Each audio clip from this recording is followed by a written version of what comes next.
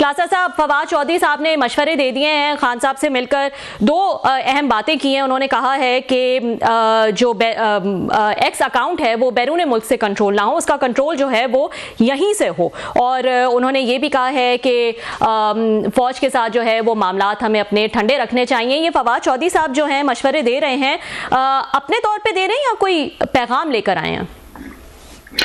ये बड़ा अहम सवाल है जो आपने किया कि फवाद चौधरी साहब जो हैं वो मशवरे दे रहे हैं, अपनी वजह से दे रहे हैं या उनको कहा गया कि आप खान साहब को मशवरे दें। और इसके साथ बड़ा एक इशू और भी है, क्या इमरान खान साहब फवाद चौधरी साहब के मशवरे मानेंगे? सवाल ये होना चाहिए। चलो इन्होंने तो मशवरे दे दिए, क्या खान साहब इनकी बात को सुनेंगे, इनकी बात को कितना वेट देंगे? हो सकता है कि फवाद चौधरी साहब बिल्कुल वो रीजनेबल गुफ्तगू कर रहे हूँ, वो समझदाराना गुफ्तगू कर रहे हूँ, वो बिल्कुल प्रैक्टिकल गुफ्तगू कर रहे हूँ, वो प्रैग्मेटिक मशवरे दे रहे हूँ, और इन्हीं हालात में जो है मेरा ख्याल कोई भी होगा या खान साहब का वेल विशर होगा वो यही मशवरे देगा कि खान साहब को यही करना चाहिए जो फवाद चौधरी साहब ने बड़ी उन्होंने सुलझी हुई अच्छी गुफ्तगू की है। लेकिन हैविंग सेड ऑल दिस, जो सवाल है मेरे जहन में, क्या इमरान खान साहब या फवाद चौधरी साहब की बात मानेंगे? अगर मानेंगे तो क्यों मानेंगे, अगर नहीं मानेंगे तो क्यों नहीं मानेंगे? मैं अपनी रीडिंग आपके साथ 2-3 शेयर करूंगा जी प्लीज। एक बात तो ये है, आपको याद होगा कि ये इमरान खान साहब के खिलाफ जब आई थी तहरीक एतमाद, इसको थोड़ा सा पीछे जाकर देखना पड़ेगा, फिर हमें समझ आएगी कि खान साहब और चौधरी साहब के दरमियान जो इस वक्त गुफ्तगू हुई है इसका क्या फ्यूचर है। तो उस वक्त खान साहब के करीब सिर्फ 2 लोग थे, बड़े करीबी लोग थे, जो खान साहब को मिल भी रहे थे। खान साहब और ये फौज एस्टेब्लिशमेंट के दरमियान राब्ते भी हो रहे थे, जनरल बाजवा साहब और प्राइम मिनिस्टर हाउस के दरमियान गुफ्तगू भी हो रही थी, जो एमएससी के तौर पर काम कर रहे थे, मैसेंजर के तौर पर, और कोशिश की जा रही थी कि शायद ये तहरीक एतमाद है ना, इसको खत्म कराया जाए और कोई हल निकाला जाए। तो उसमें फवाद चौधरी साहब जो है वो मेन रोल अदा कर रहे थे फौज एस्टेब्लिशमेंट में और इमरान खान साहब के दरमियान। मुझे इसलिए पता है कि जब इमरान खान साहब के ये लास्ट डेज थे वजीर आजम हाउस में, तो वो मिलना चाह रहे थे कुछ इस जर्नलिस्टों से, एंकर से। यकदम आपको याद होगा मुलाकातें ज्यादा होना शुरू हो गई थी। आखिरी 3-4 दिनों में जर्नलिस्ट बुलाए जा रहे हैं, सहाफी बुलाए जा रहे हैं, यूट्यूबर्स बुलाए जा रहे हैं और उनसे गुफ्तगू हो रही है। तो मुझे और आमिर मतीन साहब जो है हमें भी बुलाया गया था वहां पर, ये वजीर आजम हाउस, और अगले दिन हुकूमत खत्म हो गई थी। एक दिन पहले की बात है, हम मिले थे तो वहां पे बहुत सारे वजीर भी बैठे थे, खान साहब भी बैठे थे, और तो वहीं पर गुफ्तगू हुई। और जब बात हुई तो मेरा ख्याल आमिर मतीन साहब ने पूछा या किसी और ने कि जनाब कि आपकी जो फौज एस्टेब्लिशमेंट के साथ कोई बातचीत हो रही है, क्या नतीजा हुआ, कहां तक पहुंची खान साहब के दरमियान गुफ्तगू में? तो उन्होंने फवाद चौधरी साहब की तरफ इशारा किया कि जनाब ये फवाद चौधरी साहब ये सारी चीजें हैंडल कर रहे हैं। और उनकी मुझे लगा इससे खान साहब से कि शायद फवाद चौधरी साहब की उस तरह का ब्रेक थ्रू नहीं कर पा रहे थे, और खान साहब थोड़ा सा, उन्होंने क्या कहना चाहिए, कोई माइल्ड सा लफ्ज मैं ढूंढ रहा हूँ, उन्होंने थोड़ा सा तंज भी किया फवाद चौधरी साहब के, ये बैठे हुए ये कोई बातचीत कर रहे थे फौजियों से या इस तरह की चीज हो रही थी। सो इतने करीब थे खान साहब के फवाद चौधरी साहब के, पूरी फौज एस्टेब्लिशमेंट जो है वो खान साहब के जरिए ही इमरान खान साहब के वो हो रही थी चीजें। और खान साहब उस वक्त जो बात वो किसी की सुन रहे थे, मान रहे थे, वो फवाद चौधरी साहब की मान रहे थे। एक और साहब भी थे, उनके मशरूम भी शामिल थे। लेकिन फवाद चौधरी साहब, आपको याद हो, इनको उन्होंने फौरी तौर पर खान साहब ने इनका पोर्टफोलियो चेंज करके इनको उन्होंने वजीर कानून बना दिया था। ये लॉ मिनिस्टर भी बन गए थे। ये जो हुकूमत का आखिरी दिन था उस दिन ये लॉ मिनिस्टर थे फवाद चौधरी साहब, जो हैं इतने करीब थे खान साहब को, इन पे ट्रस्ट कर रहे थे कि फवाद चौधरी साहब जो मशवरे हैं वो डिलीवर करेंगे। अब वो मशवरे क्या थे जो बाद में खान साहब ने उनको, हामिद खान साहब ने हमारे 1-2 दफा शो में कहा था, खान साहब ने बाद में बड़े पछताए, उन्होंने हामिद खान साहब को लाहौर में बताया जब ये हुकूमत से निकल गए कि मुझे कुछ लोगों ने मशवरे दिए थे, गलत मशवरे दिए थे, मुझे उनके मशवरे नहीं मानने चाहिए थे। अब उन्होंने नाम नहीं लिया, बट इट वाज ऑब्वियस कि खान साहब के कौन करीब थे। अब उनको जो उस वक्त बताया गया था वो यही बताया गया था कि आप जो है 2-3 काम करें। एक तो ये करें कि जो तहरीक एतमाद आई हुई है इस पे वोटिंग नहीं होनी चाहिए, इसकी रूलिंग बना ली थी। और फवाद चौधरी साहब ने वहां पर हाउस में खड़े होकर, मैं भी वहां मौजूद था और भी बहुत सारे साथी थे, तो इन्होंने बड़ी एक धुआंधार किस्म की तकरीर की थी। बहुत, अगर वो किसी वक्त वो निकाल के देखें तो बहुत सख्त इन्होंने तकरीर की थी। और अपोजिशन के लोगों को बड़े इन्होंने, मतलब मुल्क दुश्मनी के, एजेंट के और बला बला चीजें जो है ना इन्होंने कही थी वहां पार्लियामेंट के फ्लोर पे खड़े होकर। और इन्होंने ये कहा था कासिम सूरी साहब को कि आप इस मोशन को, इस पे वोटिंग नहीं करानी, आपने इसको रिजेक्ट कर देना, क्योंकि ये मुल्क दुश्मनों की तरफ से है, बैर से रजीम चेंज कराने वाले, अमेरिकन इन्वॉल्व है, फलां इन्वॉल्व है, लिहाजा लीगली कानूनी तौर पर हम इस पे वोटिंग ही नहीं करवाते। और उन्होंने वो डिसमिस करवा दी कि वोटिंग ही नहीं हुई उस पे। उन्होंने इसको कहा जनाब कि ये इस काबिल ही नहीं है कि इस पे ये वोटिंग हो जी। उसके नतीजे ये निकला कि जो ही वो डिसमिस हुई या उन्होंने डिसमिस कर दी स्पीकर साहब ने, तो इस पर इमरान खान साहब ने हुकूमत तोड़ दी। डिजॉल्व कर दी। अब ये मशरे वही थे, मैं वही बता रहा हूँ, वहां से चले थे। उन्होंने कहा हुकूमत तोड़ देते हैं और खान साहब जो है वो निगरान वजीर आजम बन के खुद बैठ जाएंगे, खुद आपको जब तक नया प्राइम मिनिस्टर नहीं बनता निगरान, तो उस वक्त खान साहब देखेंगे। उसके बाद आपको पता है जो कुछ हुआ, वो इशू जो है वहां तक गया, फिर उस पर अगेन वोटिंग भी हुई, खान साहब को फिर वो जाना भी पड़ा, शहबाज शरीफ साहब एंड कंपनी वगैरह जो है वो भी सारे दोबारा आ गए थे। फिर जो अगला फैसला था वो सुप्रीम कोर्ट में चला गया इशू मामला, जो वो भी हमने देखा।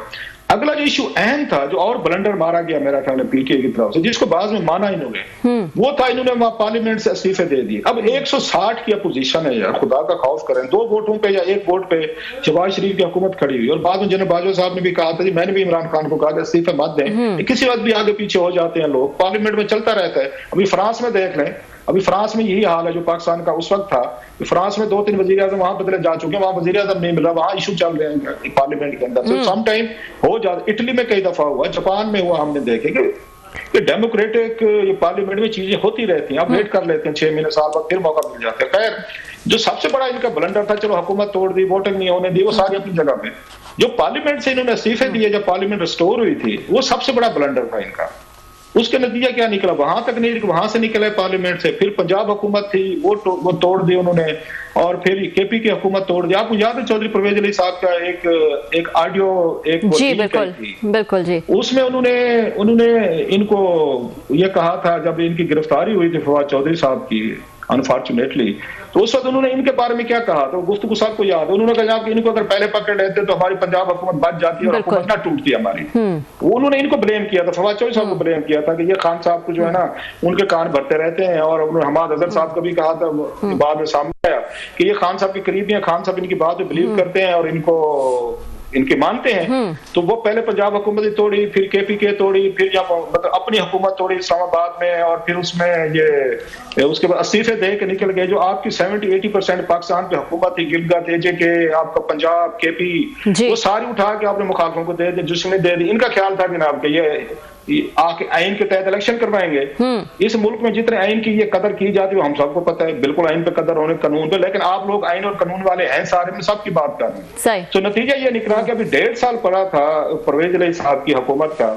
इनका प्लान बन गया कि हम पहले इलेक्शन करवा लेते हैं, यहाँ 14 मई वगैरह को होने थे, और हम यहाँ पंजाब से इलेक्शन जीत के, हमारी पॉपुलैरिटी है, हम फिर जब यहाँ नेशनल या इलेक्शन अक्टूबर में होंगे तो हमारी तो पंजाब में हुकूमत होगी, वहां पर नया इलेक्शन नहीं होने, हम वहां से आपकी नेशनल असेंबली की 140+ सीटें आराम से हम ज्यादा सीटें लेके और इमरान खान साहब दोबारा वजीर आजम बन जाएंगे। ये इनकी स्ट्रेटेजी थी। एक इनकी स्ट्रेटेजी थी जो ठीक थी, मेरा ख्याल ठीक होगी, मैं ये नहीं कह रहा। नतीजा क्या निकला, आपके मुखालफिन के पास भी स्ट्रेटेजी थी, हम नहीं मानते, उन्होंने अदालत के हुक्म नहीं माने, उन्होंने आइन नहीं माना, कानून नहीं माना। सो आपने बैठे बिठाए अपनी हुकूमतें आपने तोड़ी, अपनी पार्लियामेंट आपने तोड़ी, आपने पार्लियामेंट से निकले, पंजाब हुकूमत तोड़ी, जहाँ 1.5 साल उठा के मोहसिन नकवी को आपने बिठा दिया अपने ऊपर, और उसने पूरी तमाम की तमाम पार्टी को जेल में डाल दिया। वो अगर जमान पार्क पे हुए, अगेन उन्होंने ऑपरेशन किया, उन्होंने चौधरी परवेज अली साहब ने घर पे किया, लोग पकड़े। मतलब जो पार्टी हुकूमत में थी, 1 हफ्ते बाद पूरी पार्टी इन्होंने खुद उठा के हुकूमत दे के ये जेल में जा बैठे। ये स्ट्रेटेजी थी। और वो उसका एक जवाब क्या देते हैं, कभी चौधरी साहब से मेरी कई बात भी हुई, मेहरबान है हमारे, तो मैंने कहा, उन्होंने कहा नहीं जनाब आप ये देखें, वो टीवी पे भी कहते हैं कि मेरे इन मशरूम से पंजाब हुकूमत तोड़ी या असम्बलियां तोड़ी या जो भी, ये पीटीआई बड़ी पॉपुलर होगी, वोट बैंक बढ़ गया है। इसको बहुत ऑन करते हैं वो अपने इन मशवरों को, और वो कहते हैं कि इसकी वजह से जो है वो बहुत पॉपुलैरिटी में इजाफा हुआ पीटीआई की। अच्छा, मसला ये बिल्कुल इजाफा हो, चॉइस सब ठीक कह रहे हैं, बट एट व्हाट प्राइस? वो प्राइस भी तो होती है ना, मतलब फेम, जैसे कहते हैं फेम है जो प्राइस, जो मशहूर लोग होते हैं उनकी भी प्राइस होती है ना। आपने ये मशवरे दिए खान साहब को, उन्होंने माने आपके। अच्छा, खान साहब के भोले बच्चे तो नहीं है कि चौधरी साहब ने कोई उनको जबरदस्ती उन्होंने मशवरे करवा दे। खान साहब के मशवरे पसंद आते थे, उन्हें इसी तरह की चीजें अच्छी लगती थी। सो चौधरी फवाद साहब जो मशवरे दे रहे थे, बाकी 2-3 लोग, वो खान साहब को मिजाज को सामने रख के दे रहे थे कि खान साहब को बातें बड़ी अच्छी लगती हैं कि बिल्कुल डट जाओ, अगले को दबा दो, लड़ोगे मरेंगे, डू डई, ये वो। सो ये समझदारी है इनकी।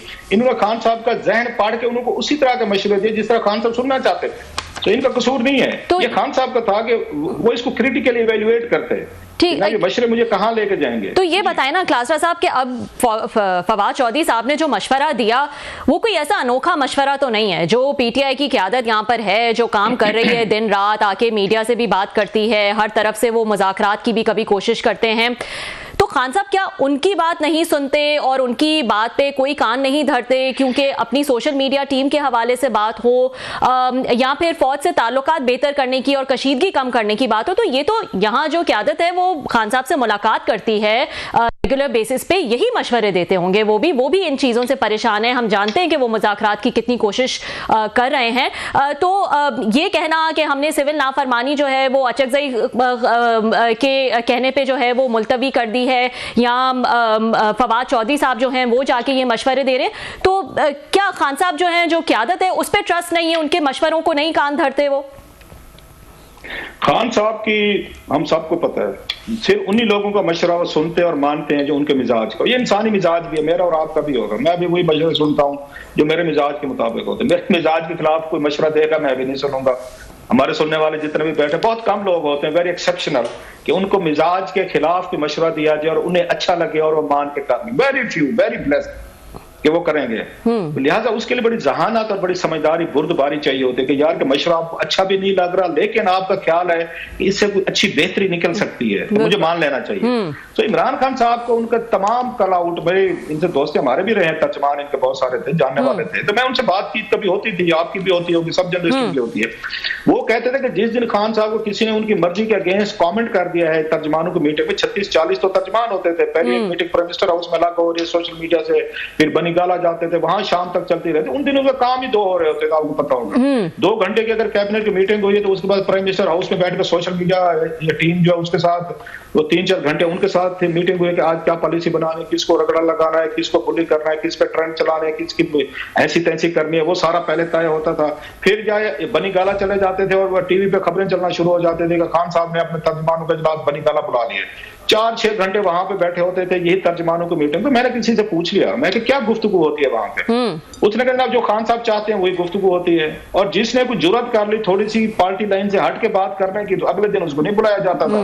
तो बड़ा जरूरी था कि आपने पार्टी लाइन लेनी है, खान साहब की बात सुनिए और खान साहब जो मशवरे, खान साहब को वही मशवरे दें जो खान साहब को अच्छे लगते हैं। सो फवाद चौधरी साहब की ये कामयाबी है और एक दो और लोगों की, कि खान साहब को वही मशवरे दे रहे थे जो खान साहब सुनना चाहते थे, अगर आपको याद हो। इसलिए इसमें फवाद को नहीं ब्लेम करता, वो ठीक है, एक मशवरा अमानत होता है कि उनको भी वही मशवरे देने चाहिए थे। तो ये प्रैग्मेटिक मशवरे उस वक्त क्यों नहीं दे रहे थे फवाद चौधरी साहब? उन्हें कहना चाहिए था हमें पार्लियामेंट नहीं तोड़नी चाहिए, हमें यहाँ पे वोटिंग होनी देनी चाहिए, हमें पंजाब असेंबली नहीं तोड़नी चाहिए, हमें केपी की असेंबली नहीं तोड़नी चाहिए। ये सारे जो मतलब उन पे अजाब आए हैं वो उस पे ये इन्हीं फैसलों की वजह से हैं।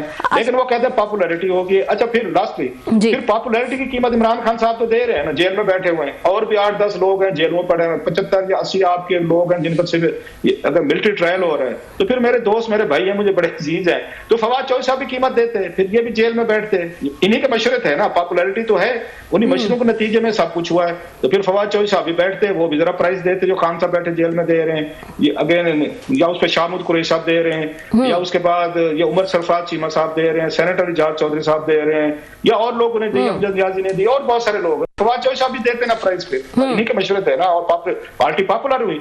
तो फिर आपको भी देना चाहिए था। आप भी आज हमें जेल में नजर आते हैं, कोई मतलब सियासतदान जाते रहते हैं, नो ऑफेंसेस, और बहुत सारे लोग हैं। तो इसलिए फवाद चौधरी साहब के मशवरे जो academically he is fine, he is very good, I like him.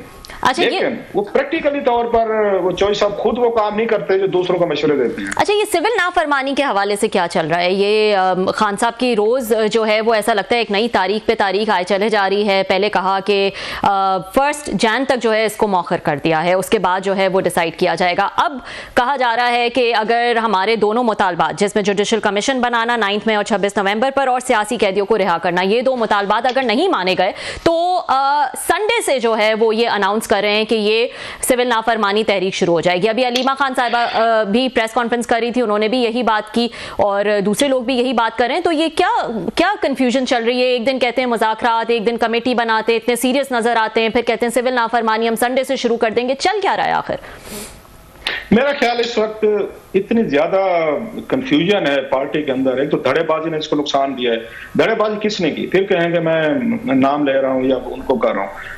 तब इमरान खान साहब ने अपनी पार्टी के उन्होंने बना दिया था इनको चेयरपर्सन बैरिस्टर गौहर साहब को, या सेक्रेटरी जनरल इन्होंने बना दिए थे, उमर अयूब को बना दिया था बाद में उन्होंने, सलमान अकरम राजा साहब। तो उनको पार्टी चलाने देना, उनको फैसले करने दें। आपने अगर मिल रहा है, मतलब इमरान खान साहब ने अगर मिल रहा है, मेरा ख्याल है, मैं भी इनको सिर्फ अपनी पार्टी के अहदेदारों से मिलना चाहिए था, 2-3 लोगों से। कौन से हो सकते थे? पार्टी के अब चेयरमैन से मिले, सेक्रेटरी जनरल से मिले। आपने पार्टी के वो सेक्रेटरी जनरल और चेयरमैन को आपने अपनी पार्टी में आपने खराब करके जलील करवा के रख दिया। क्यों? उनसे भी मिल रहे हैं और फिर उसके बाद 20 और लोगों से भी मिल रहे हैं। अब जो हर कोई बाहर निकल कर आता है वो अपनी अपनी बीन बजाता है। वो जो फैसले करते थे, बात करते थे, आप उनको ओपनली अगले दिन वो खान साहब जो है उनको अदालत में खड़े होकर उनको स्नैप करते थे, शट अप कर देते थे। एक दिन वो संजानी में जो 4 अक्टूबर को आए थे, अली अमीन गंडापुर साहब आए थे, बड़ी सख्त जबान उन्होंने बयान की थी, तो उस पर अगले दिन सहाफियों ने एहतजाज किया और उन्होंने प्रेस गैलरी का बैकआउट किया। तो उमर अयूब और ये गए थे वहां पे, ये बैरिस्टर गौर साहब, इन्होंने माजरत कर ली। बंदा कर लेता है जनाब कि हीट ऑफ इमोशन में अली गंडापुर साहब ने बातें नहीं कहनी चाहिए थी। अगले दिन पता है खान साहब ने क्या कहा? अब एक पार्टी का सेक्रेटरी जनरल है, दूसरा पार्टी का चेयरमैन है, ज़हन में रखिएगा, जिनको खान साहब ने खुद बनाया। उन्होंने कहा ये तो बुज़दिल लोग हैं जो अगेन जो माफिया मांगते फिर रहे हैं ना, ये मेरी पार्टी के लोग, ये बुज़दिल लोग, इन्हें पार्टी छोड़ देनी चाहिए। ये अपनी पार्टी चेयरमैन के बारे में, सेक्रेटरी जनरल के बारे में कह रहे हैं। अब बताएं जरा, आपने अगर कहनी भी है बात तो उनको वहीं पे बुला के कह देते कि यार इस तरह की गुफ्तगू नहीं करनी। हमारा पार्टी वर्कर बड़ा खुश होता है अगर हम गाली गलौज करें, हम तुन के रखें, तो हम अपने मुखालफिन की ऐसी तैसी कर दें, वो बड़ा खुश होते हैं। हमारा सोशल वर्कर है, सोशल मीडिया हमारी टीम है, तो तुम लोग ना बिल्कुल साफ गुफ्तगू नहीं करनी, माजरा सॉरी बिल्कुल नहीं करनी, आपने दबा के रखनी है किल्ली और बिल्कुल 180 में जाने। तो उनको अकेले बता देना, उनको आपने इतना एम्बैरेस किया। और मेरा ख्याल है उसी वक्त अगर एक पॉलिटिकल डिग्निटी का तकाजा था, उमर अयूब को और बैरिस्टर गौर को छोड़ देनी चाहिए थी पार्टी, छोड़ देते। जब खान साहब ये कह रहे हैं ऐसे बुज़दिल लोग मुझे नहीं चाहिए, या फिर बाद में जब उन्होंने बातें की थी, मुझे पता है पार्टी के आप सदर को और पार्टी के ये सेक्रेटरी जनरल को क्या कहा था बुशरा साहबा ने, जब ये उस 26 उसके बाद गए हैं नवंबर के बाद, सलमान अकरम राजा ने जी नाराजगी का भी राजा को हम वहाँ हामिद रजा साहब थे, आपकी सुन्नी काउंसिल इत्तेहाद के चेयरमैन है, बहुत बड़ी आपकी पार्टी के पार्टनर रहे हैं, उन्होंने आपको मुश्किल टाइम में उन्होंने आपको संभाला। और दीगर लोगों को आप कह रहे हैं ये, अब मैं अल्फाज ही नहीं कहना चाहता वहां पे कि इतने मोअज़्ज़िज़ लोग हैं कि मैं इनके बारे में कहूं जो उन्होंने अल्फाज कहे थे बुशरा साहबा ने।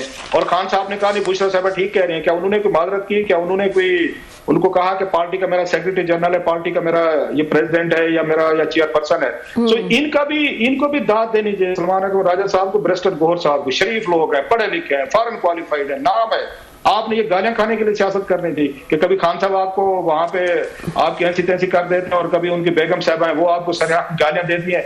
आप पार्टी के चेयरमैन बने हुए हैं, सेक्रेटरी जनरल बने, वाह वाह जी कोई बात नहीं, खैर है, गालियां खा के मजा भी ना हुआ।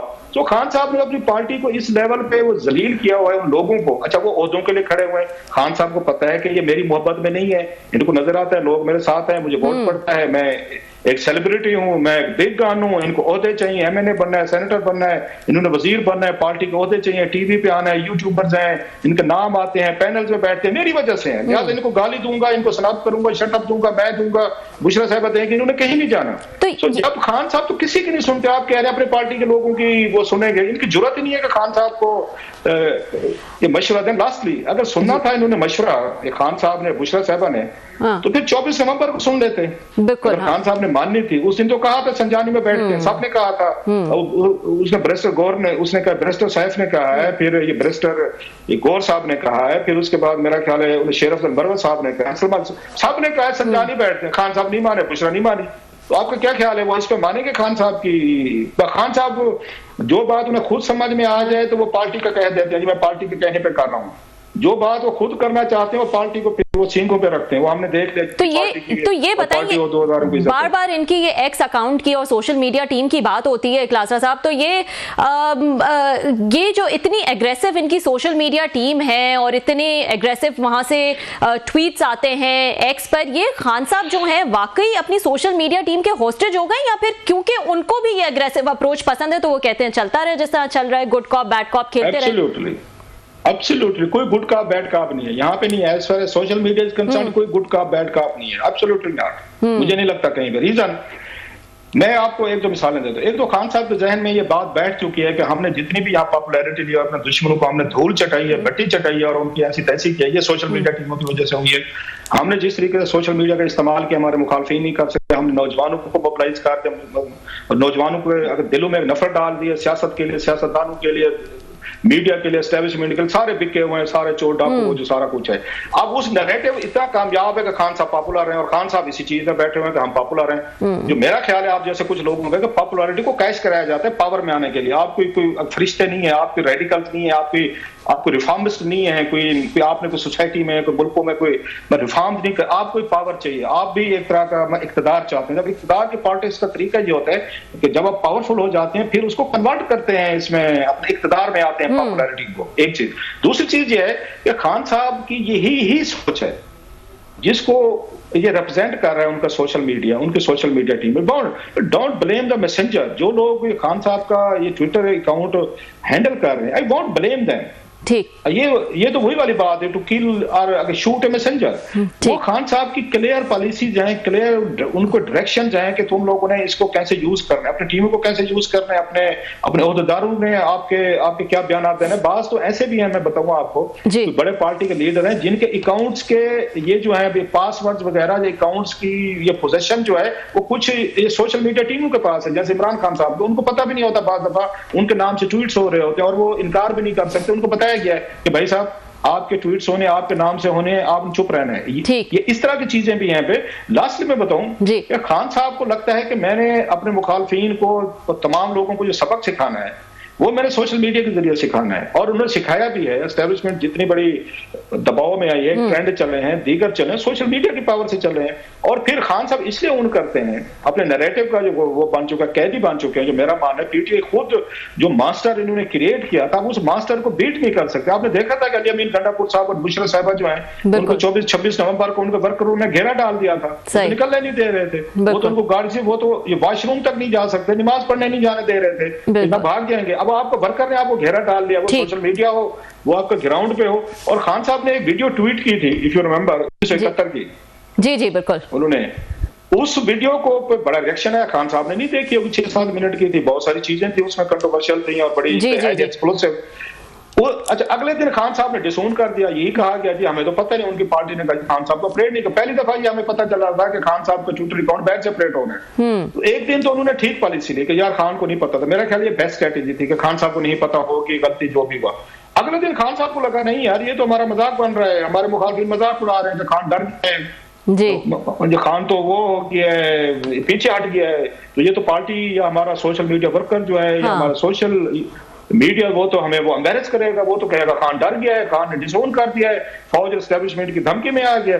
खान ने अगले दिन कहा उसमें ये कोर्ट वो नहीं किया, बिल्कुल मैं किया, मुझे पता था। ठीक। तो जब खान साहब इस बात पे बिलीव रखते हैं कि हमने लड़ भिड़ के ही इक्तदार लेना है, हमने बातचीत से नहीं लेना, तो फिर ये सारी चीजें बेमानी हो जाती है। सोशल मीडिया का कोई कसूर नहीं, खान साहब का ज़हन है, उनकी पॉलिसी है, उन्हीं का फैसला है, उनकी सोशल मीडिया टीम है, उसी को एब्सोल्युटली फॉलो करते हैं।